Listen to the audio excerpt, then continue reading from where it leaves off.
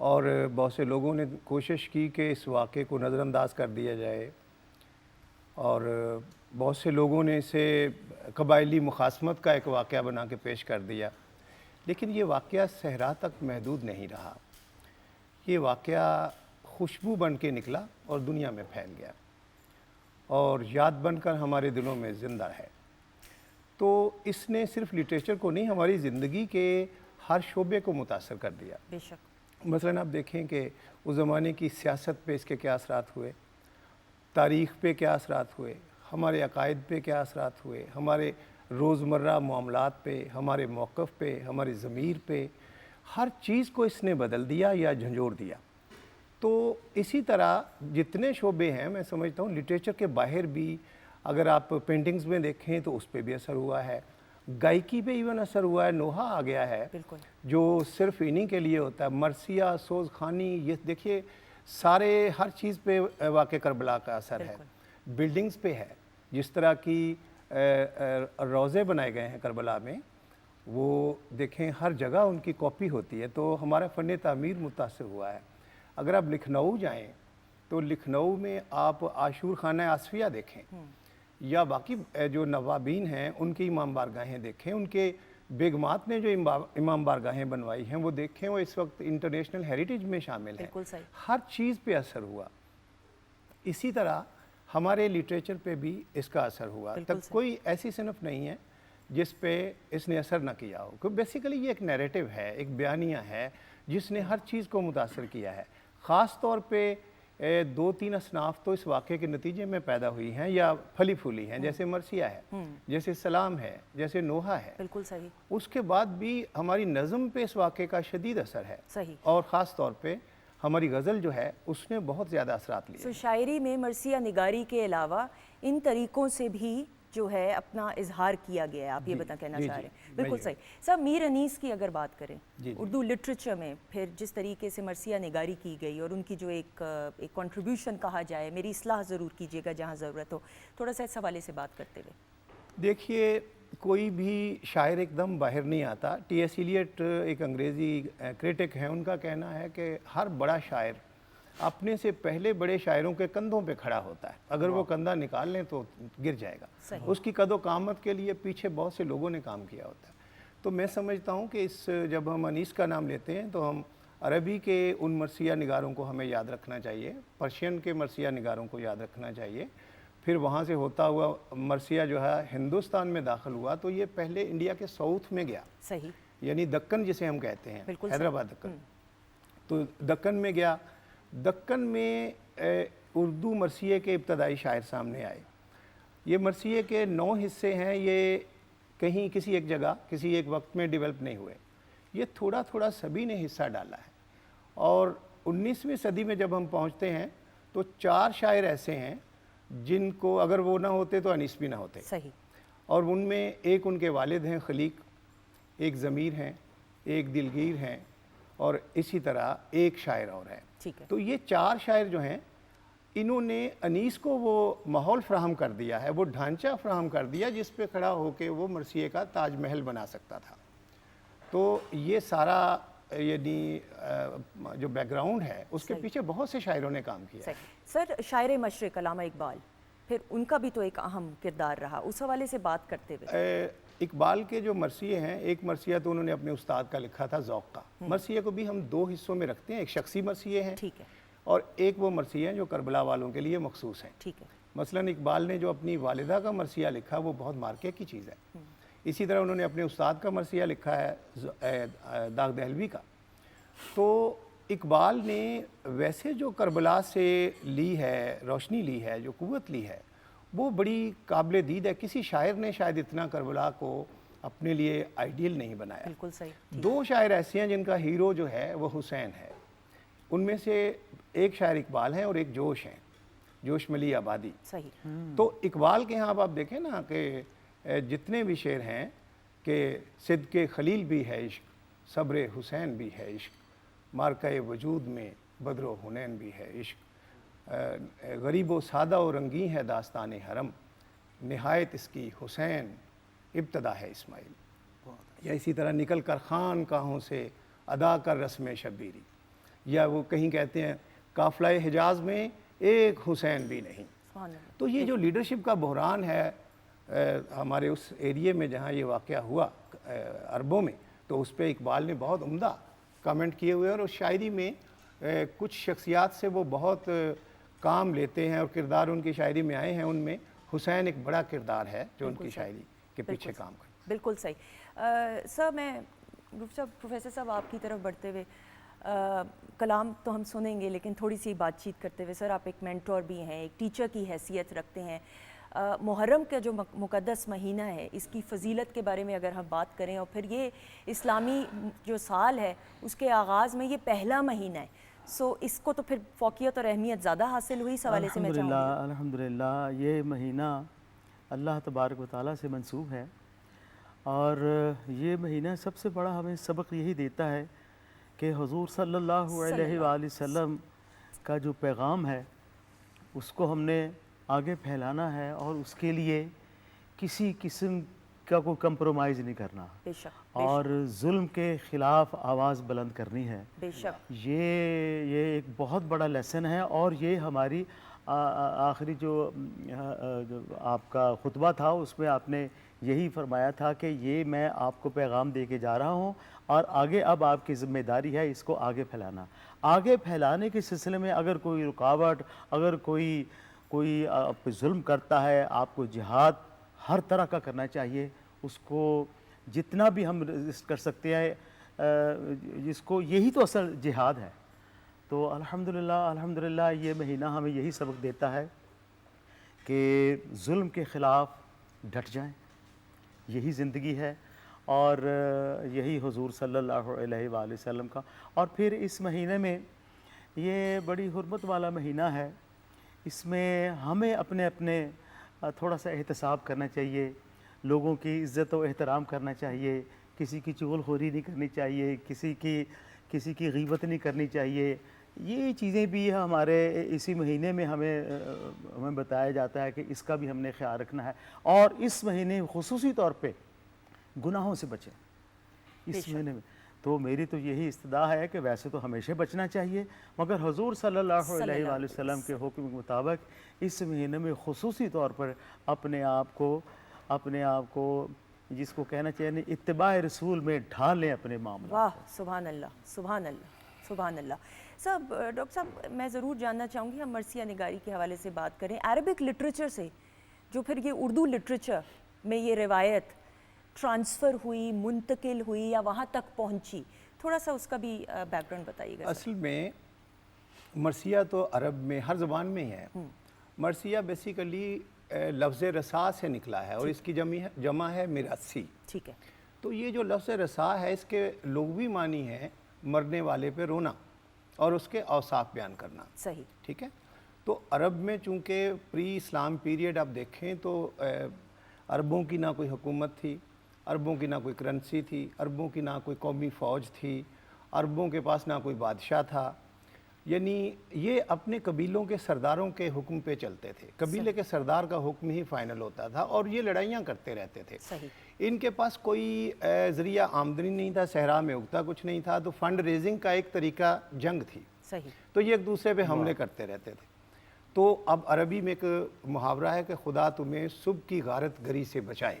تو یہ صبح کے وقت حملہ کرتے تھے اور سامان وغیرہ لوٹ لیتے تھے, لوگوں مخالفوں کے بچے اور عورتیں یا مرد قتل کرتے تھے, عورتوں کو بازاروں میں بیچتے تھے. یہ پری اسلام ہے. صحیح.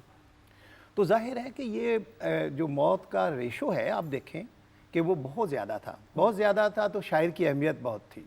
شاعر جو ہے کسی قبیلے میں اس کا پیدا ہو جانا, اس کے لیے چل کے جاتے تھے مبارکباد دینے. بالکل صحیح. دو موقعوں پہ, ایک موقع پہ جب گھوڑی بچہ جنتی تھی تو مبارکباد دینے جاتے تھے. پھر جب شاعر پیدا ہوتا, پتہ چلتا قبیلے میں شاعر نے جنم لیا, تو مبارکبادیں دیتے اور کہتے کہ تمہاری عزتوں کا رکھوالا, تمہاری زبان, تمہاری آنکھیں, تمہارے کان پیدا ہو گئے ہیں. تو یہ, اور رشتہ دیتے ہوئے بھی سب سے پہلے صحرا میں پانی کی نشاندہی کرنے والے کو, ٹھیک ہے, اللہ اکبر, سب سے پہلے شاعر کو رشتہ دیتے, اور تیسرے نمبر پہ کاہن کو, اچھا, جو کہانت کرتا, پروفیسی کرتا تھا. صحیح. تو یہ اہمیت تھی ان کی بڑی. یہی تو ہر عہد میں ظاہر ہے کہ رشتے جو ہیں, کریئر کچھ نہ کچھ ہوتے ہیں, تو یہ کریئر تھا شاعر ہونا.